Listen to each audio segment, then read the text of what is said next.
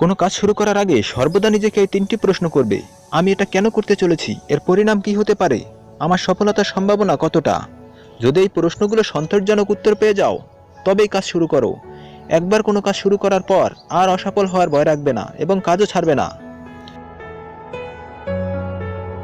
যারা নিষ্ঠার সাথে কাজ করে তারাই সবচেয়ে সুখী। সবচেয়ে বড় গুরুমন্ত্র হলো কখনো নিজের গোপন বিষয় অপরকে জানাবে না। এটা তোমাকে ধ্বংস করে দেবে।